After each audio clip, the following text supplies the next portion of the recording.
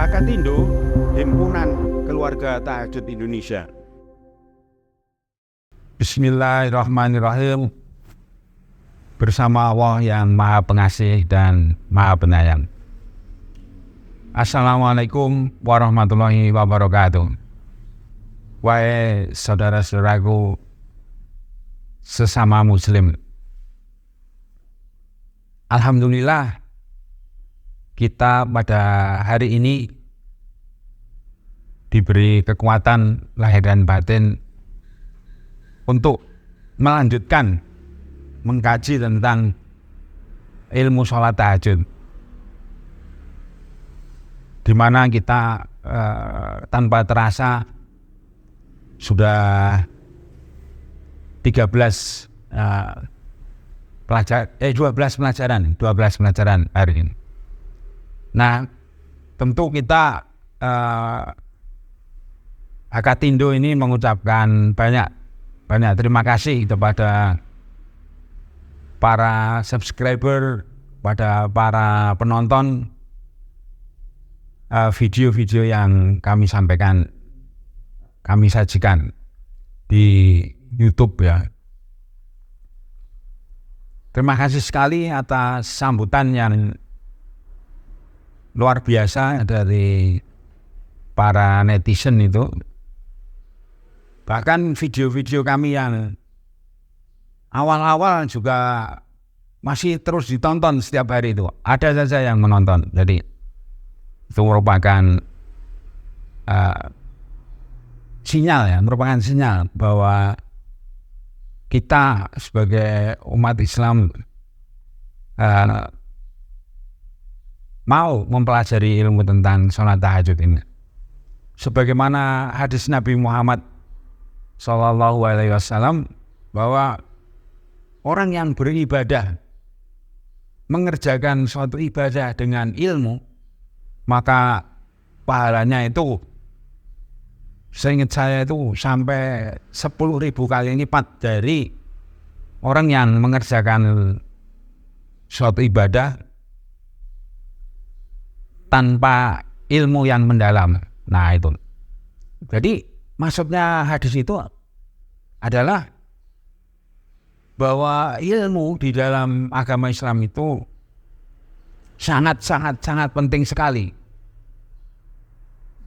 Bahkan disebutkan juga ya bahwa orang yang memasuki surga itu adalah orang-orang yang berilmu. Ini luar biasa ini. Jadi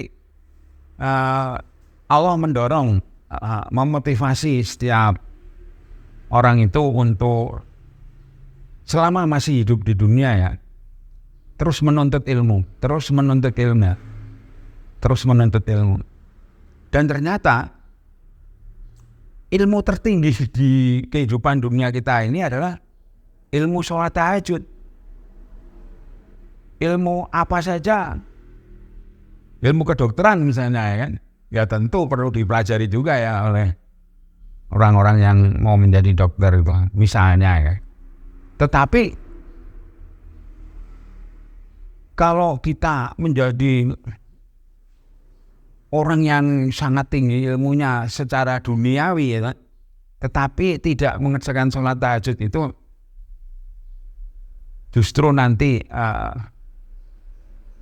perjalanan hidupnya orang itu ya akan berakhir dengan tidak baik itu. Itulah sebabnya siapapun di antara kita ini jangan sampai terus menuntut ilmu tentang sholat tahajud dan tentu saja mengerjakan sholat tahajudnya kan. Mengapa? Karena di dalam agama Islam itu seseorang akan diberi balasan oleh Allah kalau sudah mengerjakan sesuatu.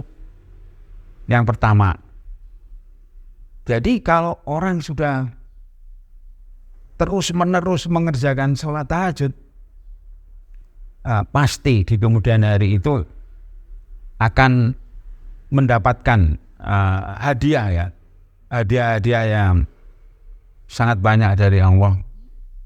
Bahkan pernah disebutkan hadiah dari sholat tahajud itu sesuatu yang belum pernah terpikirkan oleh kita, sesuatu yang belum pernah dilihat oleh kita, bahkan sesuatu yang belum pernah terlintas di dalam hati kita. Nah, itulah hadiah yang atau pahala ya. Masyarakat tuh mengenalnya pahala. Jadi kalau pahala itu ya benar itu, tapi saya perhatikan masyarakat tuh belum termotivasi gitu loh. Kalau dijelaskan nanti kamu dapat pahala, belum bisa membayangkan itu pahala itu. Apalagi kalau kamu nanti dikasih hadiah sama Allah, apa hadiahnya? Ya itu tadi, sesuatu yang tidak pernah kamu bayangkan, kamu dapat hadiahnya gitu. Nah itu. Jadi agama Islam merupakan agama yang jelas dan logis gitu loh. Tidak mungkin orang yang tidak mau beramal. Bahkan ada seorang ustadz terkenal kemarin, kalau kamu orang Islam terus tidak tahajud itu, meskipun sholat waktunya sangat rajin, sangat khusyuk di masjid terus, tapi kalau nggak tahajud, hadiah dari tahajud yang dijanjikan oleh Allah itu tidak akan diberikan kepada kamu. Wah, ini saya terkejut ini mendengar ketegasan dari Pak Kiai tersebut, Pak Ustadz tersebut. Artinya apa? Artinya sholat tahajud itu sholat yang pahalanya disebutkan dengan jelas oleh Allah, yang hadiahnya jelas disebutkan. Sedangkan sholat-sholat yang lain hanya diperintahkan. Misalnya sholat Jumat ya, kerjakanlah sholat Jumat di hari Jumat. Titik, nggak disebut oleh Allah. Hadiahnya apa gitu nggak disebutkan. Demikian juga untuk sholat 5 waktu di dalam Al-Quran loh ya, kita kembali kepada Al-Quran. Hadiahnya setahu saya tidak disebutkan dengan jelas spesifik. Kalau sholat tahajud itu sangat jelas sekali bahwa kamu kalau terus menerus tahajud itu akan mendapatkan makom mahmudah. Nah itu yang luar biasa yang suatu saat perlu kita bahas secara tersendiri ya, secara khusus kan. Yang jelas masyarakat memahami makom mahmudah itu sebagai kedudukan yang terpuji di sisi Allah. Nah, kalau menurut saya itu lebih tepatnya itu mendapatkan kedudukan yang terpuji dari Allah. Jadi Allah akan ngasihkan hadiah itu. Nah itu. Nah kemudian seperti biasa itu sebagai yang kita senang sebagai introduction ya, sebagai pengantar. Nah kemudian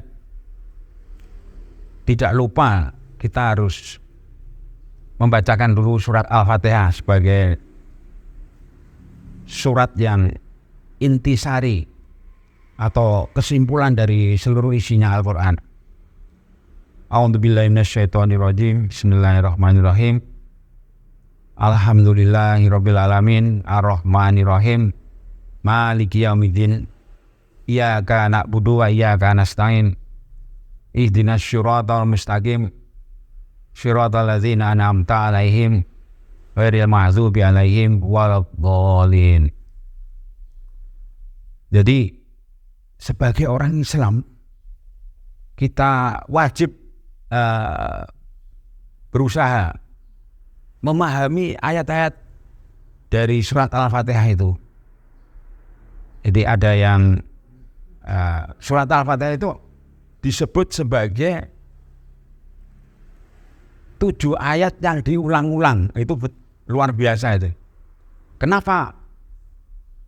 yang selalu diulang-ulang, karena dari 114 surat di dalam Al-Quran itu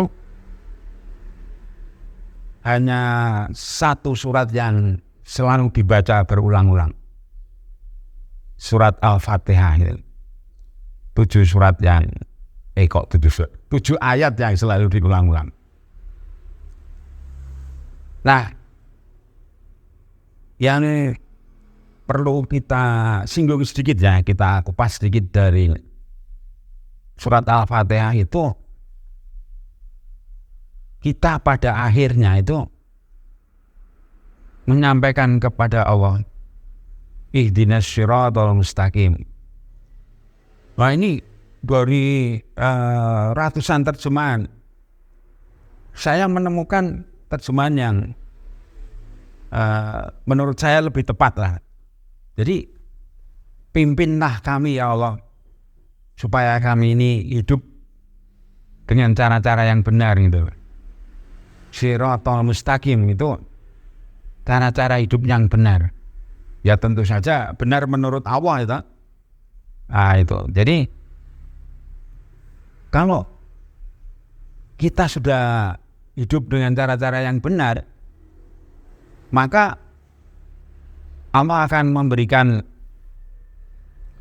banyak sekali kenikmatan hidup kepada orang tersebut. Dan kemudian dijelaskan bahwa orang-orang yang sudah hidup dengan cara-cara yang benar tadi tidak akan dihukum oleh Allah. Nah, ini yang luar biasa itu. Tidak akan disiksa oleh Allah selama hidup di dunia ini. Bahkan nanti di alam akhirat. Nah, itu yang harus kita pegang itu.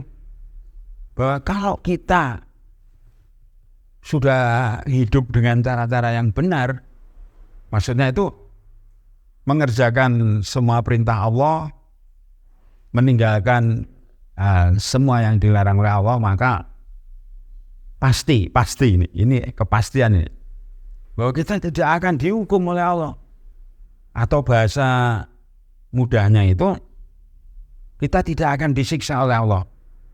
Nah, itu luar biasa itu. Nah, kemudian ditutup dengan kata-kata waladzolin. Waladzolin ini biasanya ya, puluhan tahun itu saya memahami waladzolin itu orang-orang yang tersesat. Nah, ternyata saya menemukan sebuah buku yang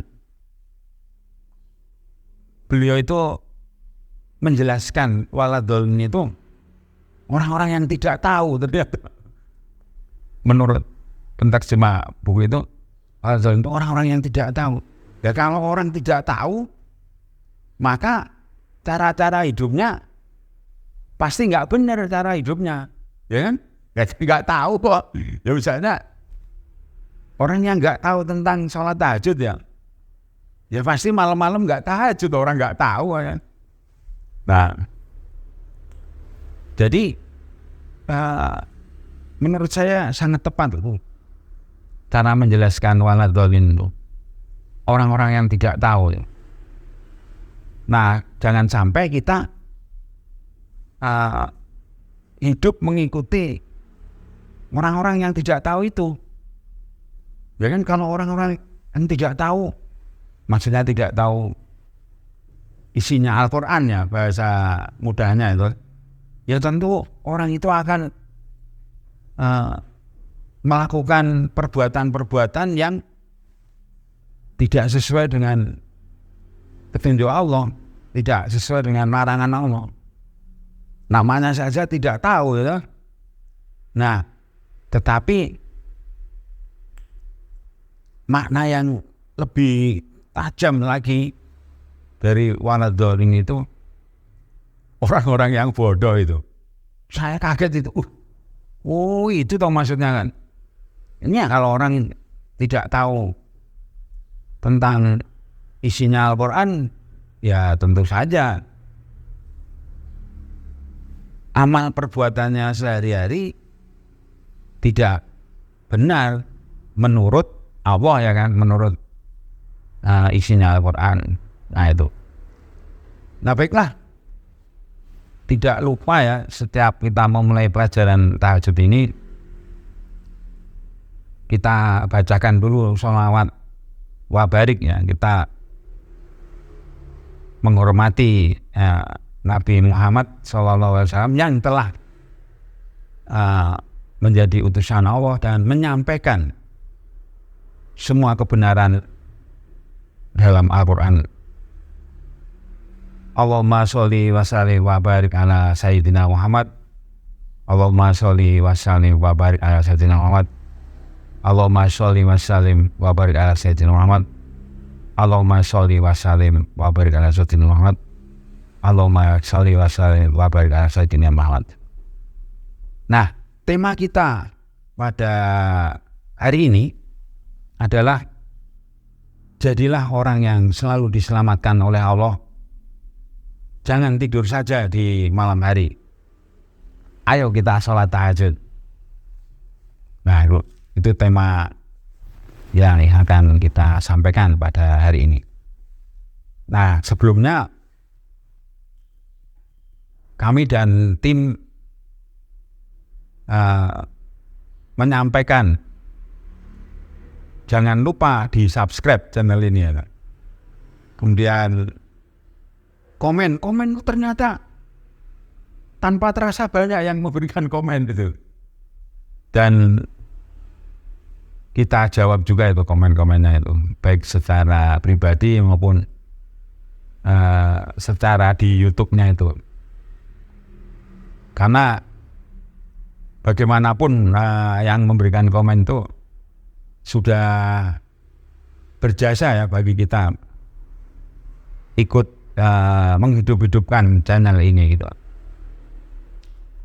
Nah itu apalagi sampai share terus like ya, subscribe, share, like, komen ya. Nah itu. Tapi di tahap awal ini para netizen subscribe dulu juga nggak apa-apa ya, subscribe dulu. Ya itu. Jadi baiklah. Nah kemudian kita menyampaikan sedikitnya sebelum ke topik kita pada hari ini adalah bahwa Hakatindo, Himpunan Keluarga Tahajud Indonesia. Banyak yang telepon, Pak Andi, itu Hakatindo itu kok bahasa Jepang gitu kata. Bukan. Itu singkatan Himpunan Keluarga Tahajud Indonesia ini. Jadi visinya adalah Hakatindo itu visinya adalah menjadi motivator, menjadi motivator sholat tahajud. Nomor 1 di Indonesia itu tekadnya luar biasa. Jadi sementara ya mohon maaf ya kalau salah ya.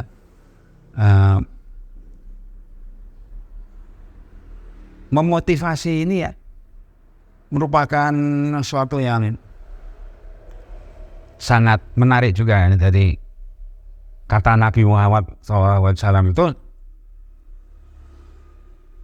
kalau ada orang mengerjakan sholat tahajud karena kamu yang memotivasi, maka kamu ikut dapat pahalanya kata dari orang yang tahajud itu. Nah itu. Ya ini luar biasa. Jadi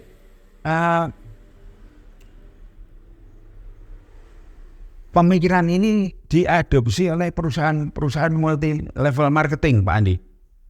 Jadi kalau ketuanya itu ngajari anak buahnya pinter, otomatis yang atasnya itu dapat reward juga, dapat hadiah itu. Nah itu prinsip itu ternyata diadopsi oleh perusahaan-perusahaan MLM ya, multi level marketing. Nah itu banyak sekali perusahaan-perusahaan yang menerapkan atau mengadopsi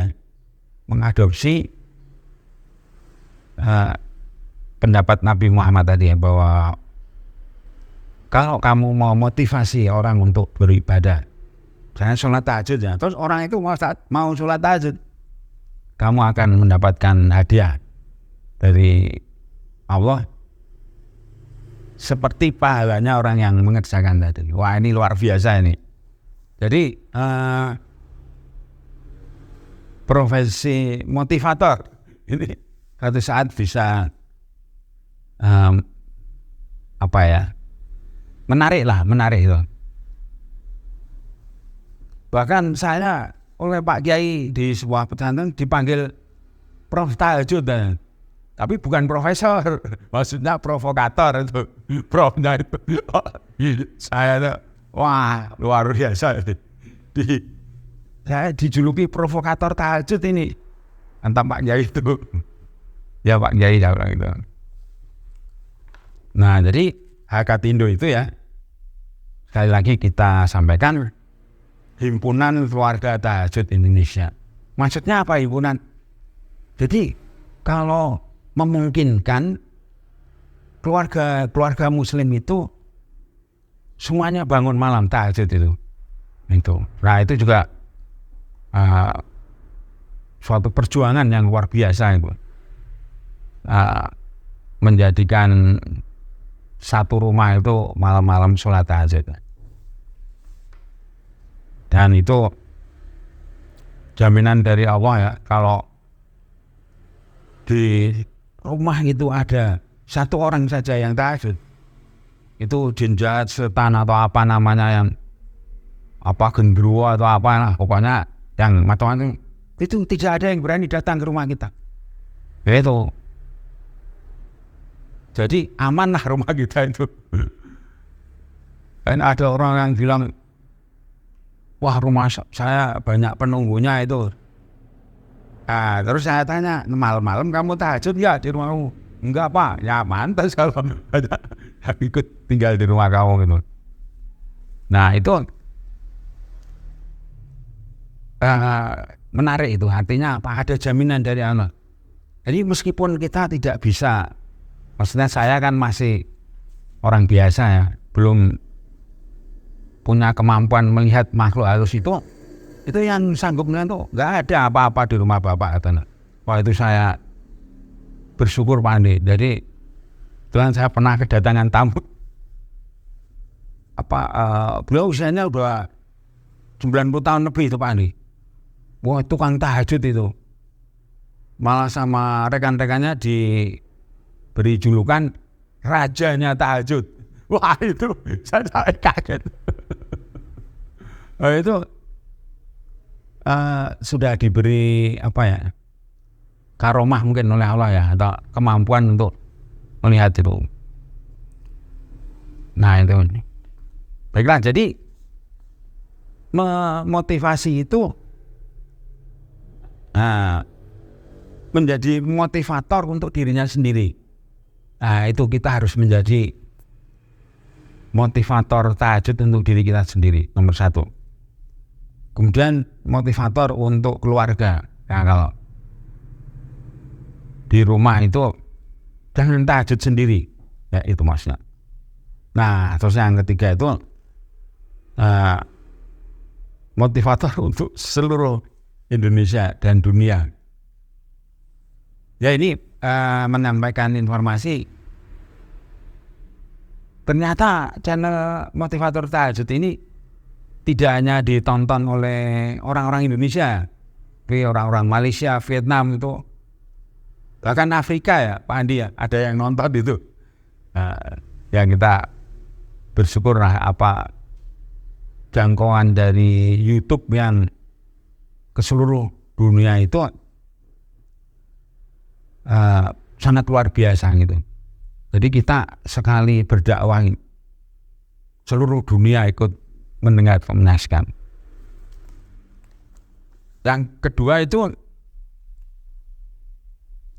saya sangat yakin ya, semua orang Islam pasti mengetahui kata-kata sholat tahajud. Saya pernah mengadakan survei kecil-kecilan itu, hampir 10 orang yang saya tanya itu pasti tahu sholat tahajud. Meskipun belum mengerjakan, itu saya tahu itu sholat tahajud Pak, katanya. Pak itu.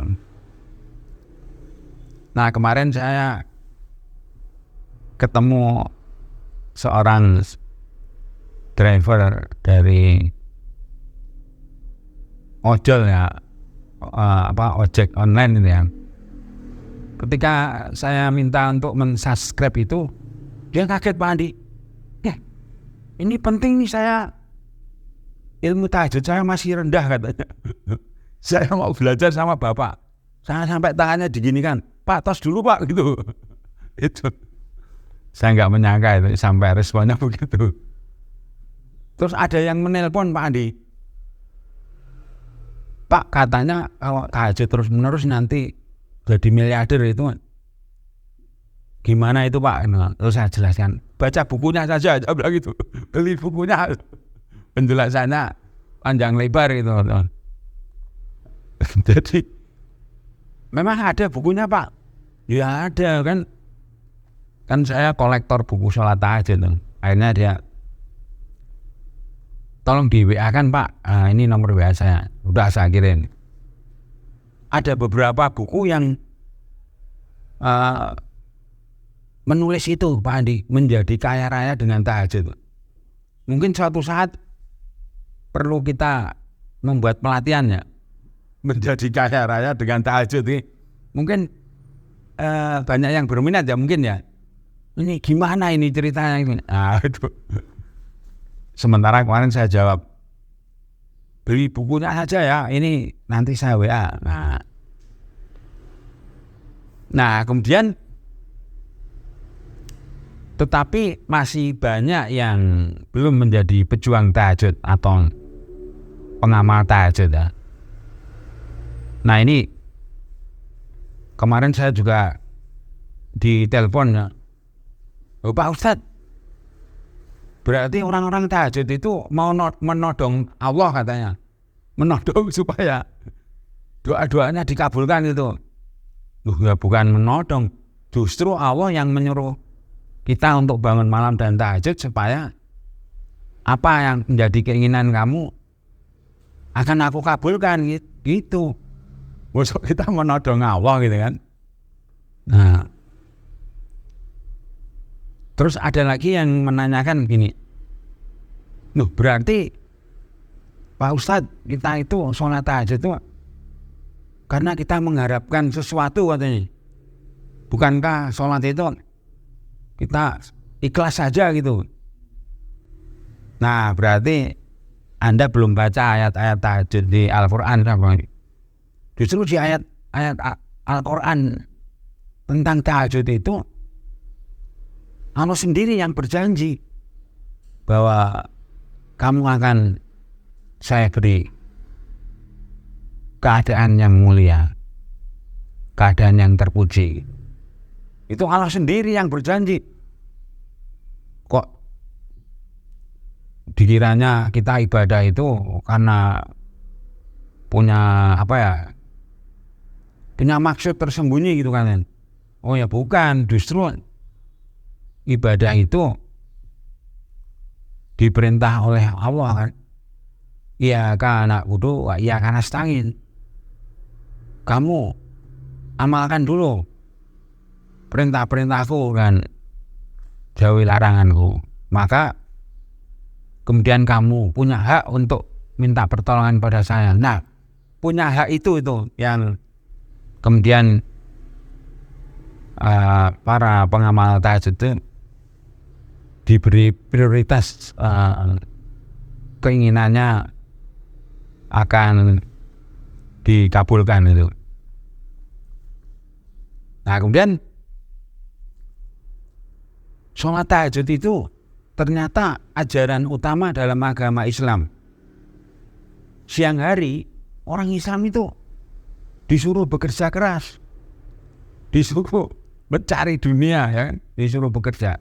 Tapi jangan lupa di malam hari mengerjakan sholat tahajud yang lama. Nah, kemudian tidurnya di malam hari itu sedikit saja. Maksudnya apa? Maksudnya jangan berlama-lama tidur di waktu malam hari. Nah, ternyata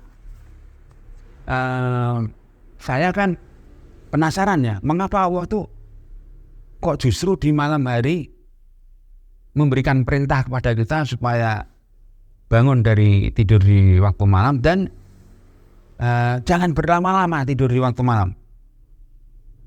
Nah, itu ternyata waktu saya ke Jakarta,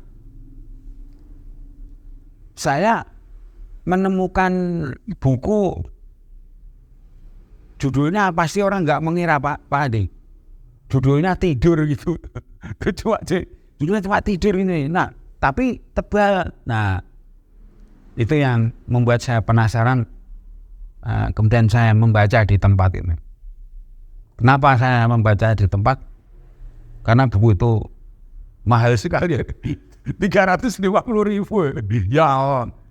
Tapi saya yakin ada yang beli ya Pak Andian. Saking banyaknya orang ya kan, 300. Saya dalam hati, nantilah tunggu saatnya ya kan. Saya datang lagi. Di sini nggak ada soalnya di tempat kita itu. Nah, kemudian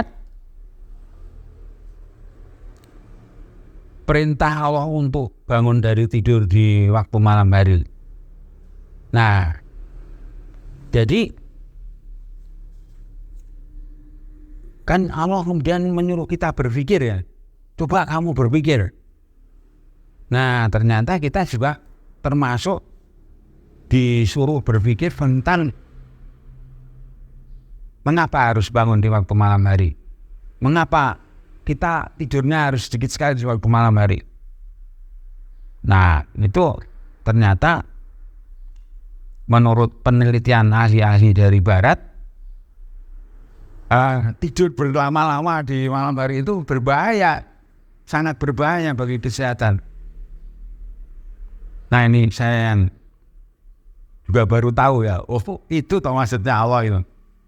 Jadi penasaran saya itu dijawab oleh Allah dengan saya suatu saat tadi itu ke Jakarta,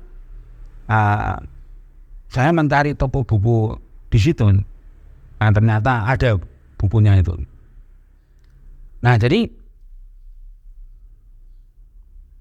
perintah Allah untuk sedikit sekali tidur di malam hari itu merupakan pelajaran yang jarang ada di tempat lain, ya kan? Coba dicari di tempat lain apakah ada pelajaran untuk bangun di waktu malam dan sedikit sekali tidurnya di waktu malam hari. Nah, ini membuat orang-orang barat ya penasaran, ini harus diuji nih. Bener gak ini pernyataan? Kok harus tidurnya sedikit sekali? Di malam hari, kok di malam hari? Di siang hari kita disuruh bekerja dengan maksimal. Gitu. Jadi kalau di siang hari ya pikirannya bekerja gitu ya kan. Nah itu. Nah kemudian pelan-pelan kita mencatat perintah Allah untuk lama waktunya mengerjakan sholat tahajud. Nah nanti ini mungkin banyak yang nge-WA saya juga, Pak Ustadz, itu maksudnya apa katanya? Kok harus lama waktunya itu? Bukankah 2 rakaat sholat tahajud itu sudah cukup? Bukankah maksimal cuma 11 rakaat? Ada yang menjelaskan. Terus saya beri penjelasan. Ya kamu baru belajar bisa sholat tahajud 2 rakaat aja sudah luar biasa itu. Kalau ada orang yang sudah sholat, jangan disalah-salahkan menurut saya kan. Orang sudah sholat, kok masih disalah-salahkan kan. Justru kita bersyukur sudah ada yang mau 2 rakaat di malam hari itu. Nah itu yang 11 rakaat itu gimana Pak Ustadz? Maksudnya Pak Ustadi ya, maksudnya kan orang Ustadi. Nah yang 11 rakaat itu ya 2222 kali 5 terus 1 witir itu. Itu gimana? Ya bagus sudah meningkat ya dari 2 rakaat menjadi 11 rakaat. Nah jadi saya sampaikan yang penting itu kamu sudah mengerjakan. Nah urusan selanjutnya kamu akan dibimbing langsung oleh Allah. Kamu harus sholat tahajud yang gimana, harus bagaimana itu dibimbing langsung oleh Allah. Nah itu yang luar biasa. Artinya apa? Artinya orang yang sudah mau tahajud itu akan dibimbing langsung oleh Allah, tidak akan dibiarkan itu. Nah kemudian kita wajib berpikir banyak mukjizat di balik perintah Allah tersebut ya. Jadi nanti secara bertahap ya kita akan mengkaji di balik keistimewaan sholat tahajud itu apa hikmahnya, apa maksudnya, apa latar belakangnya, kenapa ada mujizat seperti itu.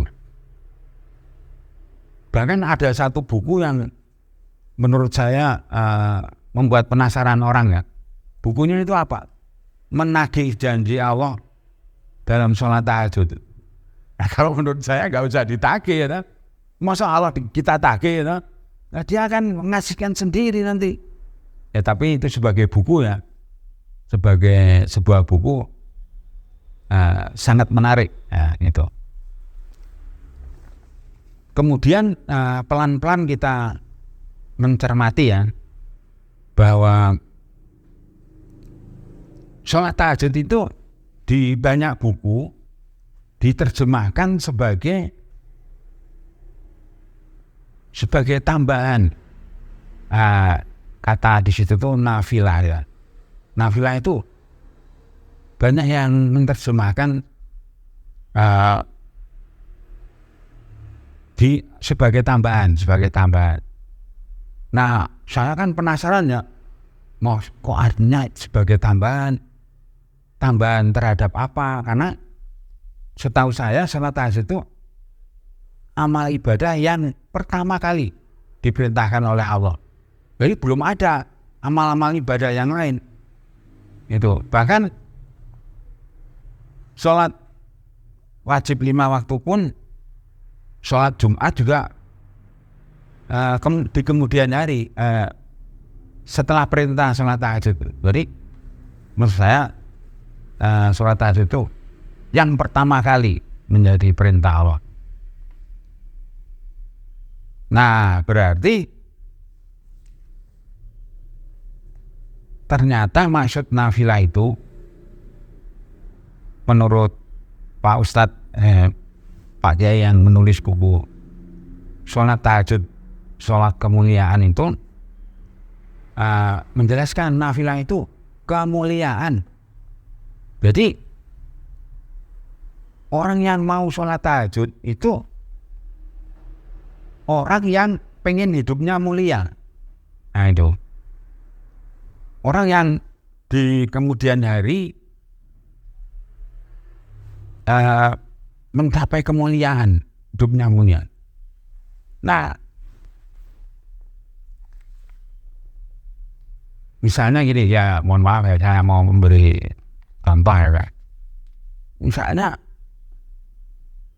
kita mencapai umur 95 tahun, tapi pada saat itu kita hidupnya kena stroke, terus kita lumpuh, kita jalan aja nggak bisa gitu ya. Nah sementara teman kita yang seumuran dengan kita itu dia masih sehat, nggak kena penyakit, tidak kena penyakit stroke, nggak kena penyakit apa-apa, masih bisa jalan-jalan kemana sendiri, masih bisa nyetir sendiri itu. Nah sekarang pertanyaan saya, mana di antara kedua orang itu yang hidupnya mulia? Ya pasti yang sehat, ya. Yang mulia itu yang sehat. Nah itu, nah jadi ini perlu pembahasan beberapa hari ini, maksudnya kemuliaan itu. Ada bukunya, jadi bukunya judulnya itu Sholat Tahajud, Sholat Kemuliaan. Nah, pertama kali sholat tahajud itu diperintahkan Allah. Nah, bapak-bapak, ibu-ibu, saudara-saudaraku, baca surat Al-Muzammil itu. Nah itu luar biasa ternyata. Dulu waktu saya belum paham itu, kok Allah menjelaskan orang yang tidur pakai selimut itu. Saya pahami pakai selimut kain itu ya.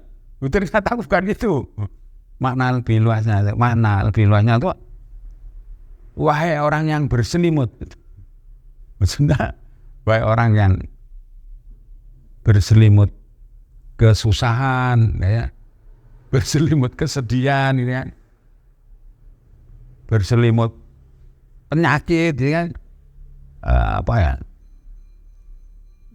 berselimut kekurangan ilmu agama, ya, berselimut kebingungan itu. Nah ternyata itu makna kinayah ya, makna kinayahnya luas sekali. Nah, kalau kita merasa hidup kita itu berselimut dengan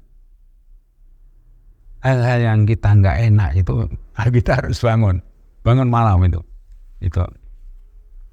Nah, kemudian Allah juga berpesan itu, janganlah kamu menjadi golongan orang-orang yang buta.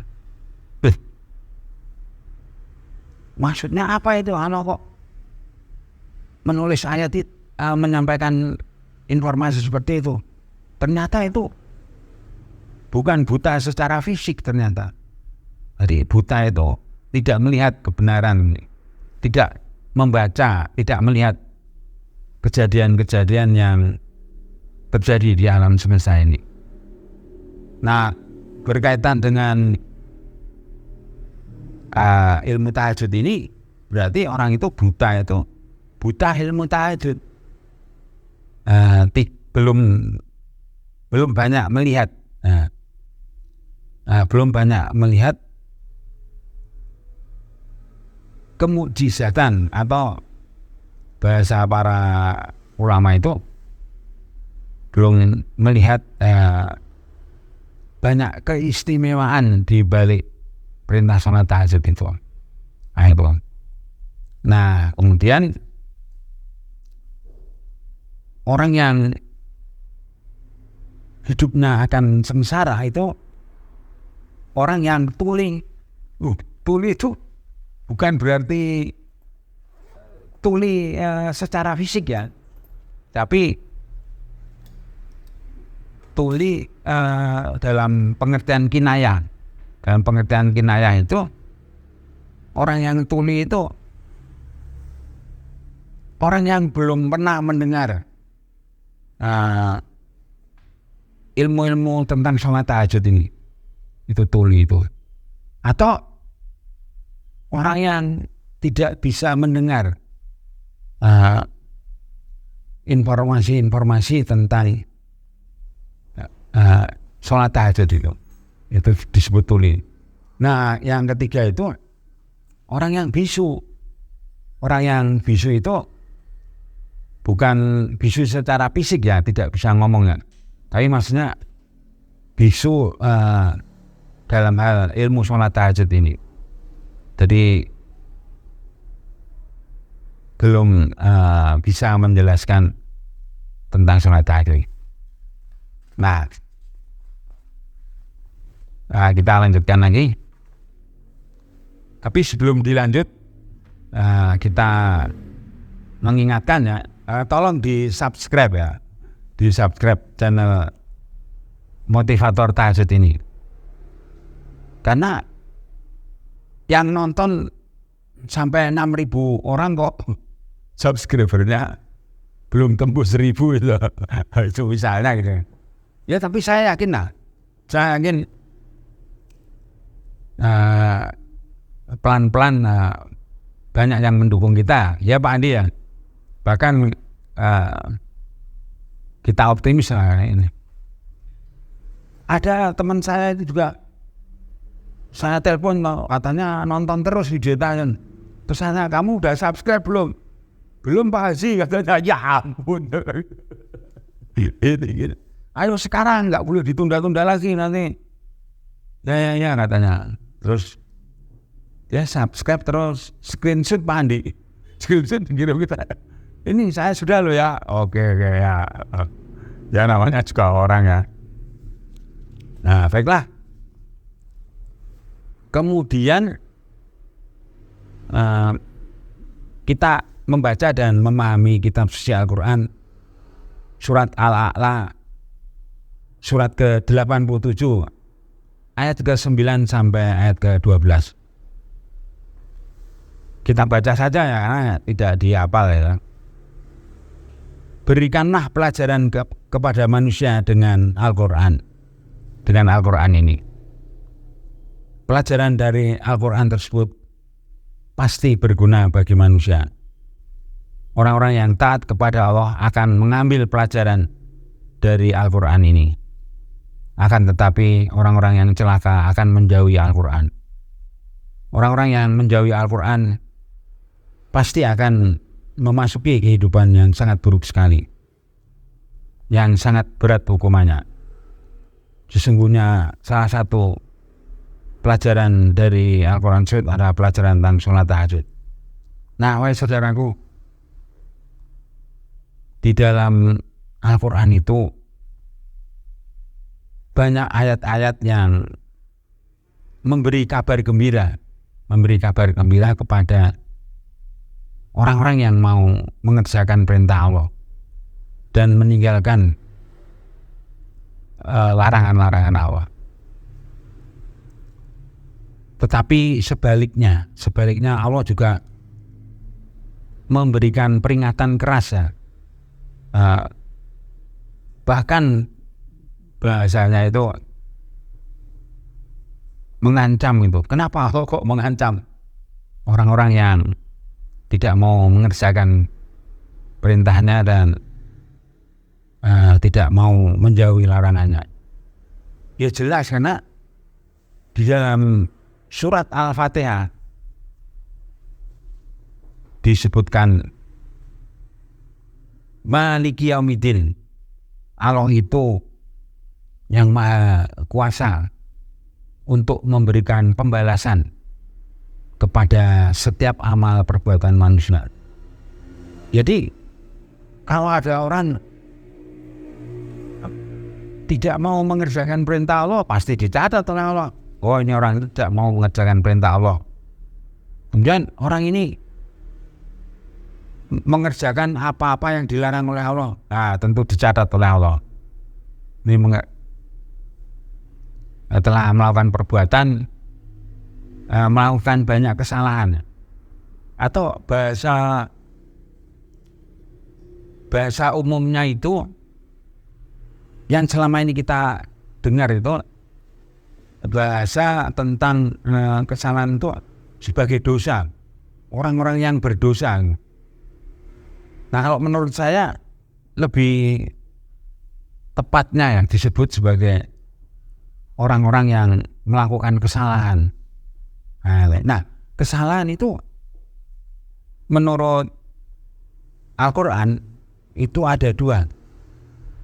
Tidak mau mengerjakan perintah Allah Yang kedua, mengerjakan apa saja yang dilarang oleh Allah. Nah itu. Nah jangan lupa bahwa orang-orang yang tidak mau mengerjakan perintah Allah, orang-orang yang mengerjakan larangan-larangan itu tidak akan dibiarkan hidup di dunia terus-menerus begitu, tidak akan dibiarkan, pasti akan dihukum. Bahkan hukuman itu diberikan oleh Allah sebelum orang itu meninggal dunia. Jadi di dunia saja dihukum sama Allah ya, apalagi di akhirat. Nah, kemudian kita diminta oleh Allah untuk berikanlah pelajaran kepada manusia dengan Al-Quran ini. Ya, salah satunya adalah pelajaran tentang sholat tahajud ini. Suatu saat mungkin perlu kita bahas ayat-ayat Al-Quran yang berkaitan dengan sholat tahajud. Nah, menurut saya itu luar biasa ada yang menulis buku tentang itu. Jadi kita nggak usah capek-capek nyari-nyari ayat Al-Quran tentang sholat tahajud itu di surat apa, ayat berapa kan. Nggak usah, tinggal beli bukunya, tinggal dibaca. Nah ini seperti halnya ini ilustrasinya, kita mau makan sate ayam, ya kan kita, ya Pak Yosef bilang, tidak perlu kita memelihara ayam dulu dari kecil ya, jauh besar, disembelih baru kita bikin satenya terus baru kita makan. Kan kita bisa langsung datang ke warung sate ya, saya mau beli sate ayam 1 porsi itu. Nah tinggal datang, tinggal kita makan. Artinya kita tidak perlu mengulangi kesusahan yang telah dilakukan oleh orang tersebut gitu. Itu tukang sate itu jatahnya itu katanya capeknya luar biasa itu. Dari beli ayam dipasang terus diiris-iris kecil-kecil ditusuk-tusuk itu capeknya luar biasa loh Pak. Bapak enak tinggal duduk tinggal makan katanya. Nah maksud saya dalam hal kita belajar ilmu agama kita juga harus begitu Pak Andi Buana, Pak Yosef. Maksudnya apa? Ya kita tidak perlu mondok. Ya menurut saya ya tidak perlu mondok bertahun-tahun mempelajari bahasa Arabnya, mempelajari tafsir-tafsir, mempelajari hadis-hadis ribuan hari. Nah kalau orang tersebut menulis buku kan berarti kita tinggal menikmati hasilnya, ya kan? Tidak perlu mengulangi capeknya orang. Nah kalau kita mau paham tentang sholat tahajud harus belajar bahasa Arab dulu kan, harus belajar tafsir Al-Quran dulu, harus kuliah ke Madinah ya. Wah itu perlu waktu berapa puluh tahun itu ya kan kita tinggal beli aja buku sholat tahajudnya. Dan para penulis sholat tahajud itu orang-orang yang ahli itu saya cermati itu, orang-orang yang bukan orang sembarangan lah, betul-betul sudah mumpuni lah. Nah baik kita lanjutkan. Ini pesan Allah di dalam Al-Quran. Orang-orang yang menjauhi Al-Quran pasti hidupnya akan celaka. Maksudnya apa itu? Nah maksudnya celaka itu hidupnya itu akan sengsara gitu maksudnya. Akan hidupnya itu nggak enak hidupnya di dunia ini, ya kan? Misalnya saya pernah ketemu orang yang tiap hari harus cuci darah. Nah terus suatu saat saya nengok langsung itu ke rumah sakit tuh. Bagaimana orang dicuci darah itu satu ruangan besar itu ada 250 orang itu yang sedang dicuci darahnya itu. Nah, beberapa orang saya tanya, Pak Andi, kok Bapak bisa mendarat di rumah sakit ini gitu, kok bisa dicuci darahnya gitu. Nah, dia menerangkan, wah saya salah makan, salah ini apa, saya jarang olahraga, macam-macam alasannya. Pertanyaan saya bukan itu, Pak. Pertanyaan saya, selama Bapak sehat kemarin, Bapak sholat tahajud enggak? Enggak katanya. Dengan tegas menjawab itu. Dari 10 orang yang saya sampel, saya tanya itu. Nah, jadi penyebab utamanya itu saya sangat yakin itu karena enggak sholat tahajud itu. Jangan menyalahkan, wah saya makan makanan yang banyak mengandung kolesterol gitu. Wah saya banyak minum gula gitu katanya. Nah itu sehingga saya manis gitu. Nah ternyata itu ada yang menjelaskan secara medis itu. Nah kalau kebanyakan gula di dalam tubuh kamu ya pasti, seingat saya itu dia mengatakan ya pasti darah kamu kental gitu. Nah, kalau darahnya kental itu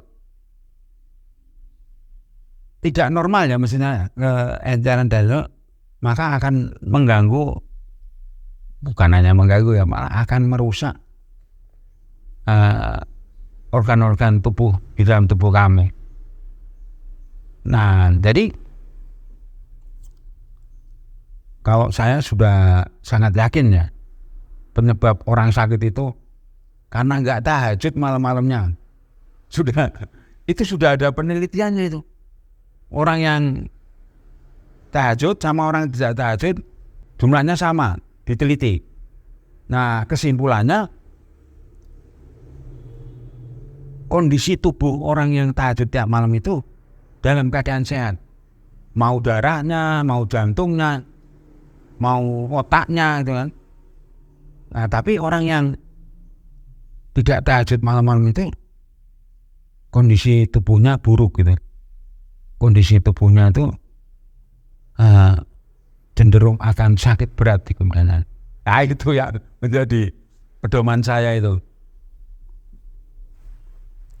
Nah, jadi singkat cerita ya, kesimpulannya itu kalau nggak tahajud itu kita memasuki kehidupan yang nggak enak itu. Sampai istri saya tuh saya tanya, kenapa orang itu di masa tuanya kok malah stroke gitu? Dia jawabannya udah pinter itu, karena nggak tahajud gitu. Dan itu suatu saat mungkin kita perlu mewawancarai ya Pak Andi ya, orang-orang yang di masa tuanya itu sengsara ya. Kita tanya waktu mudanya gimana itu. Nah itu jadi arahnya ke sana ya. Nah kemudian sholat tahajud itu pasti sangat bermanfaat bagi manusia.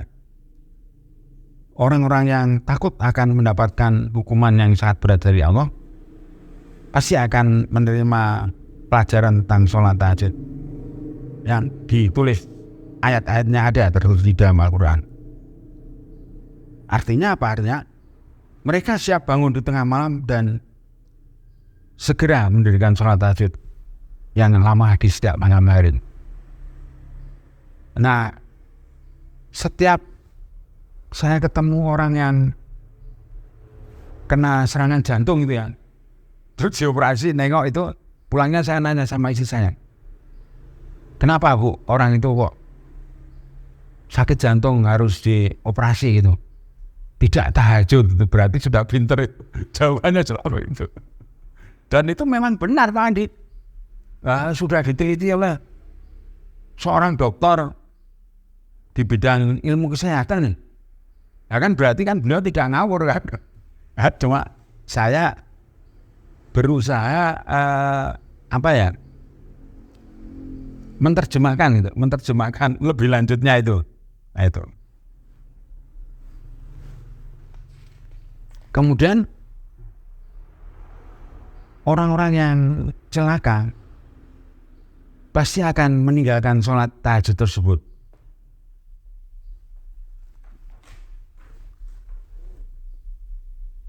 Orang-orang yang hidupnya pasti akan susah dan menderita di kemudian hari ada orang-orang yang menolak pelajaran tentang sholat tahajud yang telah diberikan oleh Allah kepada manusia. Nah ini suatu saat yang perlu kita cermati lebih mendalam ya. Jadi kalau dalam bahasa agama itu orang-orang yang sakit stroke, sakit lumpuh atau sakit itu ginjalnya bocor ya kan, harus cuci darah 2 hari sekali itu. Kalau bahasa orang-orangnya itu bahasa orang-orang itu karena salah makan Pak, karena kurang olahraga. Ada saja penjelasannya Pak Andi. Itu orangnya terlalu sibuk kerjanya gitu katanya. Itu. Tapi arah pemikirannya belum ke sholat tahajud ini. Nah padahal Allah sendiri sudah menjelaskan di dalam Al-Quran itu bahwa orang-orang yang sudah tahajud itu pasti akan memasuki kehidupan yang enak-enak. Pasti akan memasuki kehidupan yang enak-enak. Nah, ternyata bahasa mudahnya itu kehidupan yang enak-enak itu bahasa mudahnya itu surga Pak Yusuf. Jadi ada kiai yang menerjemahkan bagus sekali itu di YouTube itu, bahwa surga itu bukan merujuk kepada suatu tempat ya, bukan beruang misalnya surga itu di Pulau X gitu atau di mana itu, bukan. Ternyata di dunia pun, di kehidupan dunia ini pun kita bisa memasuki kehidupan yang enak-enak itu. Dan itu sebagai pengantar nanti kita dalami terus gitu ya. Nah terus kemudian orang yang tidur saja di sepanjang malam hari dan tidak mau mendirikan sholat tahajud pasti akan memperoleh hukuman yang sangat berat sekali dari Allah. Nah ini maksud saya orang yang kena penyakit berat-berat itu merasa karena saya itu kemarin salah makan gitu katanya, makan udang terlalu banyak katanya, malah menyalahkan udang ya. Nah padahal ada orang yang tanpa sengaja itu nyeletuk begini, ya Tuhan, kenapa saya dihukum dengan penyakit ini? Kenapa saya disiksa dengan penyakit ini? Saya kaget tuh mendengar ada orang yang punya pendapat itu. Jadi beliau itu memahami bahwa kalau ada orang sakit itu sedang dihukum oleh Allah, sedang disiksa oleh Allah. Nah itu memahaminya menurut saya sudah luar biasa beliau itu, karena bisa sampai mengarah pada kesimpulan itu bahwa ini bukan karena sebab saya makan apa, sebab saya kurang olahraga, sebab saya begini, sebab itu. Nah ternyata terbukti bahwa orang-orang yang tukang tahajud ya, bahasa mudanya itu, yang saya temui itu usianya sampai 90 tahun, sampai 95 tahun, bahkan ada yang 150 tahun masih sehat, masih gagah perkasa, nggak pernah sakit, tidak pernah masuk rumah sakit, dirawat di rumah sakit itu. Nah, itu kata seorang yang sudah melakukan survei ya, orang pergi ke rumah sakit itu bukan karena sakit. Satu, orang yang mau menjenguk temannya yang sakit, ada pergi ke rumah sakit, jadi karena mau menjenguk ya. Terus yang kedua, orang yang ke rumah sakit itu orang yang mau bekerja di rumah sakit. Nah, dia kerja di rumah sakit, maka pergi ke rumah sakit. Nah, terus ada lagi orang ke rumah sakit itu memang sakit, jadi mau dirawat di rumah sakit. Nah, tapi kebanyakan orang pergi ke rumah sakit itu bukan karena sakit itu, karena ada yang bekerja di rumah sakit, ada yang mau menjenguk orang sakit, terus ada yang bekerja di rumah sakit. Nah, itu. Terus ada yang usul. Ini singkat cerita. Ada yang usul rumah sakit itu diganti saja namanya menjadi rumah sehat. Ternyata salah orang itu. Ya kan? Kan kalau kita ketemu orang nanya kan, Pak mau kemana? Mau ke rumah sakit gitu ya. Kan kita nanya lebih lanjut, siapa yang sakit gitu. Oh, itu tetangga saya gitu. Nah, kalau rumah sakit diganti rumah sehat, terus kita nanyanya gimana? Pak mau kemana? Mau ke rumah sehat. Siapa yang sehat loh? Kan itu bisa kaget. Itu. Jadi maksud saya gini loh, kita jangan asal merubah gitu loh. Jangan asal kita merubah satu istilah yang sudah lama. Kata rumah sakit itu kan udah ratusan tahun itu ya kan. Nah, itu. Jadi mungkin mindset orang itu tuh bahwa orang kalau ke rumah sakit itu tujuannya supaya sehat ya. Nah, tapi ternyata salah itu. Nah, jadi kembali tadi itu bahwa orang-orang yang tidak mau mendirikan salat tahajud di setiap malam adalah orang yang menjauhi Al-Quran atau orang yang meninggalkan Al-Quran, atau bahasa mudanya itu orang yang menjauh dari Allah. Nah, ini penting sekali nih. Mengapa kita tidak boleh menjauh dari Allah?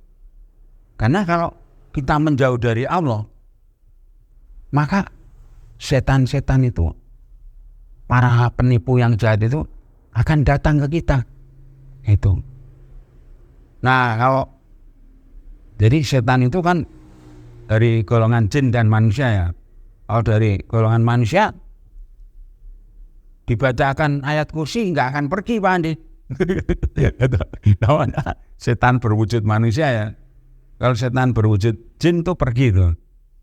Nah, maksudnya apa? Maksudnya kalau kita menjauh dari Allah, kita ditinggal sama Allah, maka para penipu itu, setan-setan itu akan memimpin hidup kita. Itu. Masa ada ada kejadian itu. Ada orang enggak pernah sholat tahajud, orang itu dikisahkan ya. Kan berarti sudah menjauh dari Allah. Nah, dia dikelilingi oleh para setan itu, baik setan berbentuk jin maupun berbentuk manusia. Nah, kalau setan itu pasti menipu kita, pasti akan menjerumuskan hidup kita. Nah, itu suatu saat kau mendengar bisikan itu katanya. Mendengar bisikan disuruh membunuh istrinya. Wah, itu dikerjakan toh. Nah, singkat cerita ditangkap polisi, diperiksa. Ditanya, kenapa kamu kok membunuh istri kamu? Ada yang nyuruh, Pak. Siapa yang menyuruh? Suara, saya mendengar suara. Nah, itu hati-hati itu. Kalau kita mendengar suara, apa terdengar langsung maupun dalam hati ya, kalau itu menyuruh kita berbuat jahat, itu pasti bukan Allah yang memerintahkan.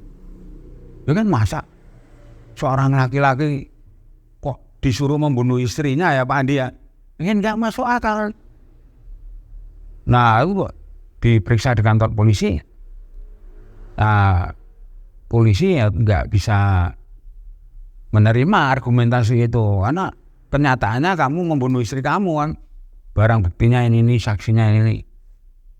Udah akhirnya divonis hukuman di pengadilan 20 tahun penjara itu. 20 tahun di penjara itu, jangankan 20 tahun ya, 1 hari aja jangan sampai kita ya. Makanya jangan sampai hidup kita itu dipimpin oleh setan. Karena kepastian dari Allah ya, kalau kita terus merapat kepada Allah, tidak ada setan yang berani datang kepada kita.